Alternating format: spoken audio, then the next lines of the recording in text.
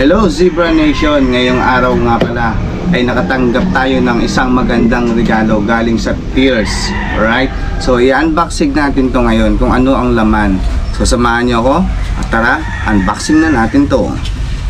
Nakaka-excite kung anong laman to. Ayun o. Oy. Ito lang naman yung laman ng ating box galing sa Tears. Yan. Ito o. Ang laki na ito, 1 liter ata to. Yan, lagayin ng drinks, 'di ba? 'Yun. Tapos, meron din tayong lagayin ng kape. Ayun. Saan natin?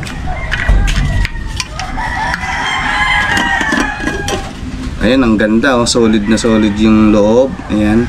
Ito yung lagayin ng kape natin.